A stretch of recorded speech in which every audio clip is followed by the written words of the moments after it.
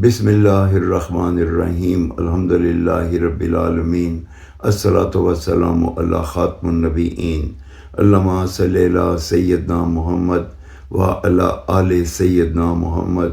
السلام علیکم ورحمۃ اللہ وبرکاتہ۔ آج کی حدیث صحیح بخاری 2320 نمبر۔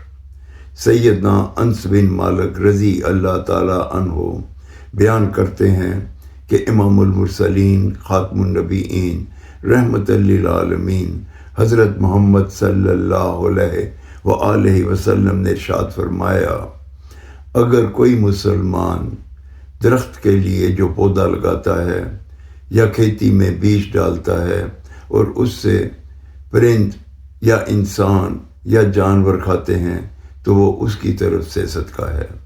اس حدیث مبارکہ کا یہ مفہوم ہے کہ شجر کاری صدقہ جاریہ ہے۔ السلام علیکم ورحمۃ اللہ وبرکاتہ۔